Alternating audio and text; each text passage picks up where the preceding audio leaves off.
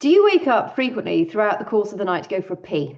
It's called nocturia. It is often more frequent as you get older. And today I'm going to go over the reasons why that might be happening and also how to take steps to reduce the amounts of time that you might need to be getting up to go for a pee. It's not just down to drinking less water. I personally I guzzle loads. I drink around 70 to 80 fluid ounces of water a day. And through the night, I normally have a large glass of water literally as I'm sat in bed about to go to sleep. I probably have to get up once, but that is normally the only amount of times I need to get up. Plus, don't forget, I've just had a large glass of water. So you will always have the people that say, oh, just don't drink before you go to bed. If you're somebody like me who really enjoys drinking water, I've drunk water throughout my life. It is not just down to the water that you're drinking. And I'm going to go over the intricacies and the nuances of that today and the little tips that can help you, depending on where you're at, because we all have slightly different lifestyles, we all have slightly different hormonal balances and different impacts. And for somebody to say, oh, well, just don't drink so much water, I think that's only taking it very surface level. So hang on in there with me and I will get into that into some depth today. If you're new to my channel, welcome. My name's Kate Hartley. I share a weekly video with you every Monday around something related to menopause. Next week, just so that you know, I'm going to be dealing with how our menopause hormones negatively impact our sleep, because I know, again, that's such a massive problem for so many of us. But diving into today's subject, nocturia. So firstly, hormones. As we all know, progesterone, estrogen, testosterone, they all fall. And estrogen specifically is helping the body's tissues stay elastic and plump. And as estrogen falls, that means like our skin gets a bit more wrinkly. We also lose some of that elasticity in our bladder. Our urethra, which is the tube where your pee comes out of, that also might become slightly more sensitive. So if you're thinking about the bladder, which is this bag that holds plenty of urine, when you think that that's not as elastic, it also might be becoming more sensitive itself. Plus then the tube, the urethra, where your urine passes down, if that's becoming a little bit more sensitive, the tissues of your urethra are probably becoming slightly thinner. And also you'll be losing a little bit of that elasticity as well. That can contribute to the reasons why you might need to be getting up more frequently through the night. Now, I talk to some women and they're getting up like 7 to 8 times a night. If you're getting up that many times, I would definitely go and see the doctor, because that would suggest there's something underlying that issue. It could be diabetes, it could be thyroid. You might just be having, you might have a mild cystitis, a bladder infection. Get that checked. If you're going to the toilet regularly, more than I would say twice a night, I would definitely talk to your GP about it, because it might just be something you're a little bit deficient in iodine, maybe, which affects your thyroid function. You might have slight blood sugar problems or pre-diabetes or, something along those lines. Again, if that is what is causing the more frequent urination, you should go and get that checked out, because that would require different steps to what we will discuss today. Progesterone also changes. That can shift the balance of how well or not so well your kidneys process urine. Progesterone is also a calming hormone. So as that is declining as we go through menopause and beyond, it means probably that you're not sleeping as deeply as you used to. So that can also lead to that just light level of sleep, and you wake up, and often I think even if we don't really need to go to the toilet, you automatically assume, oh, I probably need to go to the toilet, so then you get up and you go and pee. But had you stayed asleep, you probably would have slept through to the morning and then just gone to the toilet, as you would have woken up a few hours later without being bursting at the seams. Melatonin, interestingly, is also really important for how well we are able to retain fluid and urine during the night. Melatonin is your sleepy hormone. And as we get older and go through menopause, our melatonin levels do tend to drop a little. It's also linked to our serotonin levels. So serotonin is one of our happy hormones. Serotonin influences actually the amount of melatonin that you develop. We need serotonin in order to have sufficient melatonin. One of the best ways to make sure that you can sleep better at night and not have to get up to pee is to get early exposure to either sunlight or ultraviolet light, because that sets your daily rhythm. That positively impacts your serotonin. So if your serotonin is working well, it's also linked to your gut health. 95% of Serotonin is made in the gut. So keep a healthy gut. I've got loads of videos on gut health. I will link one here, and then you can take a listen to that. But serotonin is absolutely crucial to melatonin, your sleepy hormone. So make sure that you're doing the things to make sure you've got enough of that happy hormone going through your body so that you stand the best chance actually of going to sleep. This is why it's so multifactorial. It's not just about drinking this amount of water and stopping drinking water before you go to bed. There are so many different nuances that can have an impact on how well you sleep, and also then how often you're waking up to go for a pee. How often do you actually need to go for a pee? Oh my God, I can hear an ice cream van. It's December.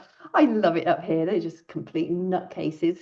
Anybody for an ice cream? It's like a 99, a rocket or something. The other thing to bear in mind with melatonin is that lower melatonin in midlife actually affects your antidiuretic hormone, which can mean that your kidneys are producing more urine while you're sleeping.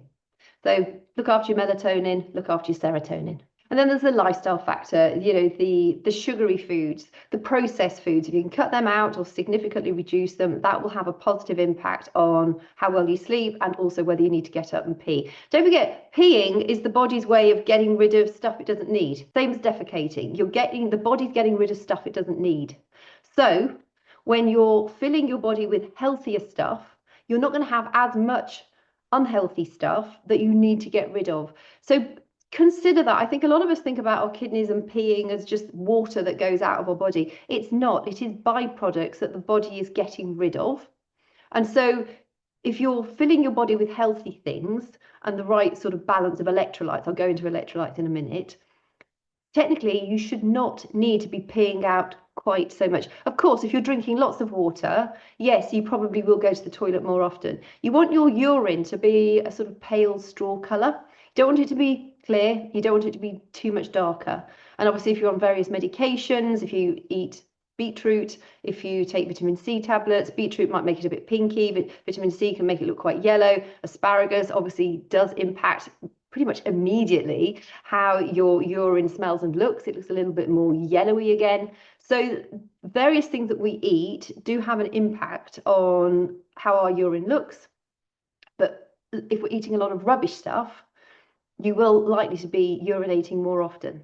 When you're drinking plenty of water during the course of the day, your body gets used to drinking that amount of water, providing your electrolytes are imbalanced. If you're eating a healthy, well-rounded, normal way of eating, so you've got your little bit of sodium, healthy sodium, which you might be adding a little bit of Himalayan rock salt or Celtic sea salt to what you eat. If you're not eating a lot of processed foods, you might actually need to make sure you're eating a little bit of salt every day. You need about a teaspoon, not much more, unless you sweat a lot, of sodium. There's the age-old question or argument about you should have table salt because it's better for you because it contains iodine.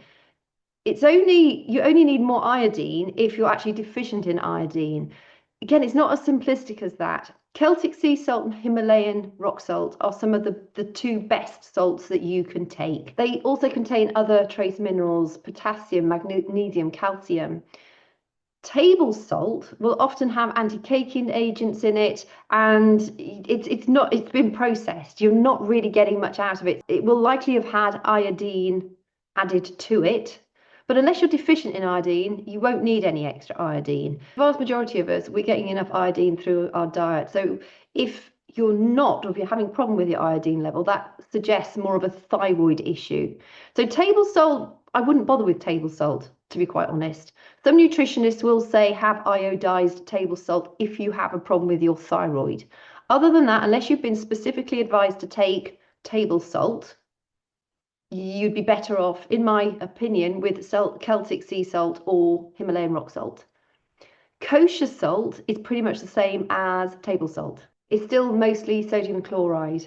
So it doesn't have the anti-caking agents in it. The crystals are larger, has a flaky texture. It doesn't contain iodine, which makes it ideal for koshering meat and general cooking. But the overall sodium content is pretty much the same as you would get in standard table salt. So you might hear people, and I've said this myself too, maybe take a little bit of salt earlier in the morning. I actually tend to have a pinch of of salt in my warm water with lemon juice or apple cider vinegar that I have start the day with. I find that really works well for me. I do add a little bit of salt to my food on purpose because I do not have anything that comes in a packet or in a bottle apart from wine. But the rest of it is just food that I prepare from the ground. It's it's a vegetable, it's a fruit, it's a piece of meat or fish or some dairy products. So if you don't eat processed foods, you might need to make sure that you're taking around about a teaspoon of good quality salt every day. And so I do have that little in the morning, which I think works really, really well for me, particularly if I'm doing a lot of heavy duty strength training. I find it really helps to stop potential cramps in my feet at night as well. Again, cramps can be an electrolyte imbalance, but I know when I'm strength training really hard, that little bit of salt in the morning stops those cramps at night. And I think it probably is more of a sodium deficiency than any other mineral deficiency, just because of the amount of vegetables and fruit and dairy products and stuff like that that I eat. I know I eat a very wide range of healthy foods, including a lot of fermented foods. So my diet is pretty spot on. So I make sure that I'm adding salt to my food throughout the course of the day. I have low blood pressure, my pulse is always quite slow, and I find it really, really supports me. If you're on blood pressure medications for high blood pressure, or of course, you're on any medications for clots or something, that the doctor has said you need to take these for you to stay healthy, check with your doctor first before you start adding anything into your daily regimen of things that you might, be specifically taking because you think it's going to help you with maybe not getting up for a wee. If you're eating a lot of salty food later on in the day, that can have a negative impact on how often you get up throughout the course of the night. So salt in the morning and sort of mid-afternoon is not too bad, but a salty meal at nighttime might mean that you're getting up more regularly to go and spend a penny. Caffeine and alcohol can also both increase urine production. Like I say, I love my glass of red wine at night. I normally have 1 to 2 glasses of red wine nearly every single night. And sometimes I will even have a coffee before I go to bed. It doesn't really affect me. Caffeine, I cut out a while back because of my joints. And I found it really helped get rid of joint pain. I've since reintroduced caffeine and I don't have that joint issue anymore. So I think it was just enough to get rid of any inflammation that was there with a vitamin E supplement too. And now I still drink my coffee, and I will have coffee directly before going to bed sometimes. It's always filtered coffee. It is nice quality coffee. I do not find that makes a difference. There are some nights where I can go sleep right the way through for sort of 9 hours and I've not had to get up for a pee, and it's quite joyous when that happens. I can't honestly say I have that every single night. My sleep at the moment, because I've got various different business things going on, my sleep's quite erratic. But even with waking up sort of maybe 2 or 3 times a night, I'm only getting up to go to the toilet once. And throughout the course of the night, if I am waking up with a busy brain, I will normally have 2 glasses of water that size. So I'm probably drinking just under 2 pints of water throughout the course of the night. And I'm still only going to the toilet once. Pelvic floor weakness can also be a cause, a bit like the falling hormones. You are likely to lose a little bit of elasticity and tone around the entirety of your body, including your waterworks. So it could be that if you're struggling a lot, maybe do some Kegels or go to a pelvic floor physiotherapist, because sometimes it's not just a lack of tone. You might actually have an overly tight pelvic floor which needs relaxing a little bit but toning. If you're really struggling, you think that might be what's causing the issue, I would definitely advise having a chat with a pelvic floor physiotherapist, because they'll be able to specify exactly what your situation is and give you the right steps to help improve that. Fluid intake timing does make a difference. Obviously, if you go to bed with a full bladder, you're going to have to get up and go for a pee. So if you can try and not drink too much, sort of 90 minutes to 2 hours before you go to bed. Maybe just have a little bit of a swallow of something. But that is certainly worth trying, because that is the most easy thing to make an adjustment to, and see if you can go through the night without having to get up for a pee. Salt and electrolytes, of course, maybe try a little bit of additional salt in the morning if you do not eat processed foods. If you're eating a lot of takeaways, you're likely to be probably having too much salt already. So try reducing the amount of takeaway food that you're eating.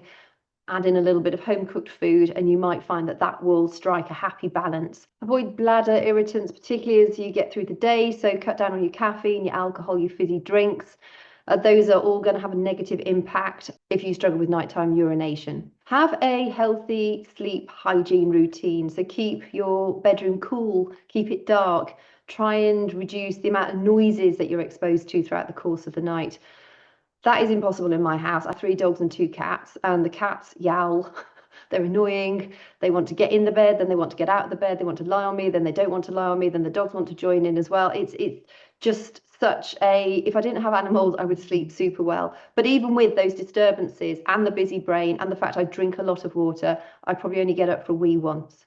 So again, it is not necessarily the amount of fluid you're drinking, it's how your body responds to the entire environment that you absorb through the food that you eat, through the drink that you take, through your nighttime routine, through your how you view waking up in the night. So if you're waking up, you're getting, oh God, I've woken up again. You're already crossed. The cortisol's already spiked in your body. So of course that's going to make it much more difficult for you to get back to sleep. The same thing if you're waking up needing to go for a pee and it makes you cross. That is then having a negative impact on you going back to sleep. So all of these things feed into each other. When I have got this busy brain, I find what really helps me, if I'm lying there and I can't get back to sleep after about half an hour, I put an audio book on. But sometimes I'll just listen to white noise, or sometimes I'll listen to an informative podcast and I just fall asleep during it. And the next night I'll scoot back a bit and find where I left off. I have what I call the Niagara of Scotland running down the back of our house. It's a river, and we've got the mountain right at the back of here. And so the gradient's quite high, and if my window's open, I can hear that in the background, sort of the roar of the water. And I find that really soothing. So find what works best for you, but it does help if you've got some sort of backup things to use to help you go back to sleep if you wake up, you've been to the toilet, or you've just got the busy brain, or you've got the anxiety that is so common in menopause, or you've got the insomnia, which again is so common in menopause. And it might be the interrupted sleep that's waking you up, and then you're awake and you're thinking, okay, I better go for the toilet. So is it the fact that you're waking up with a full bladder, or is it because you've woken up because something else has disturbed you? Whether it's coming from inside your thoughts and your body, your cortisol levels. It could be a busy, overactive liver in the early hours, 2 to 3 o'clock. That can often indicate an overactive liver. Again, that goes back to what you're eating and drinking throughout the course of the day, your general lifestyle. So be mindful of all these things. It might be that you're waking up not to because you've got a full bladder, but just because you've woken up and then you're thinking, okay, I think I need to go to the toilet. So then you go and have a pee.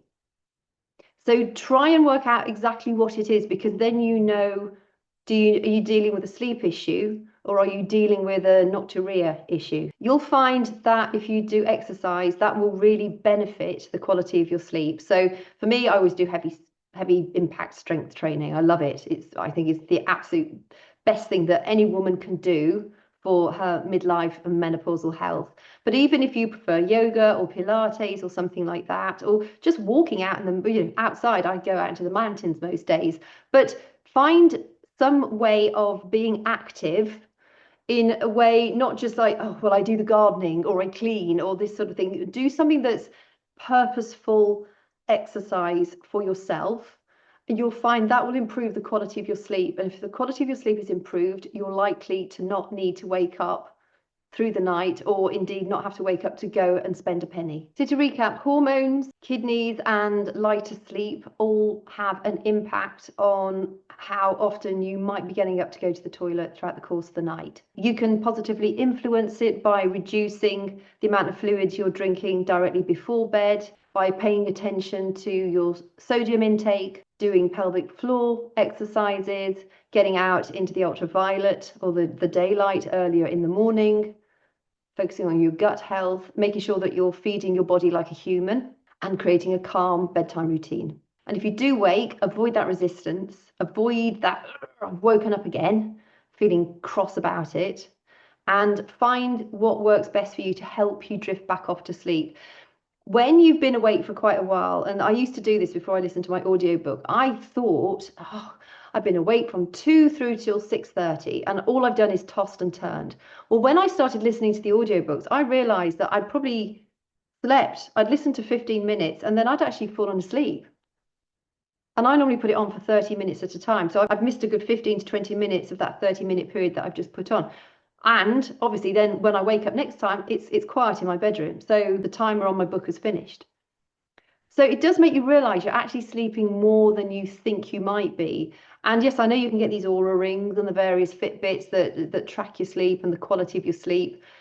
Again, I think we can get quite addicted to those things. They're not 100% precise. More importantly, how are you feeling when you wake up in the morning? But one of the biggest things that you can do to help you feel more rested when you wake up in the morning is commit to strength training during the course of the day. 30 minutes, 45 minutes ideally, and if you can stretch to an hour, I would do an hour 5 days a week and have 2 days off. It has a profound impact on your mental health, your quality of your sleep, which also ties into your mental health, obviously how you feel in and around your body, your joint health. It'll help you lose excess weight if you have excess weight to lose. It pulls everything in.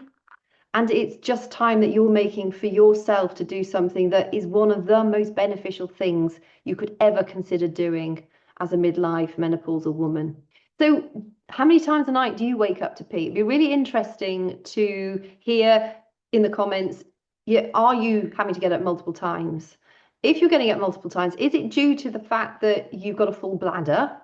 Or is it because you've woken up and you've thought, oh, I'm awake, I better go to the toilet? Because often it's just because we've woken up, not necessarily because we actually need to go and urinate, but we do because obviously you've woken up and think, oh, might as well go and do it, or you just assume you've woken up because you need to go to the toilet. When you're able to establish, is it because you're waking up due to a sleep problem versus are you waking up due to your absolute physical need to urinate more often? Those root causes have very different ways of approaching a solution. So I hope you found that helpful. If you did, please hit the like button. Consider subscribing to the channel so you don't miss future episodes. Thank you so much for your company. If there's anything you'd like me to cover in a future episode, just drop it in the comments below. I'll be more than happy to add that to my rotation. Make it a great week and I will talk to you next week. Remember, all about improving the quality of your sleep during menopause and beyond.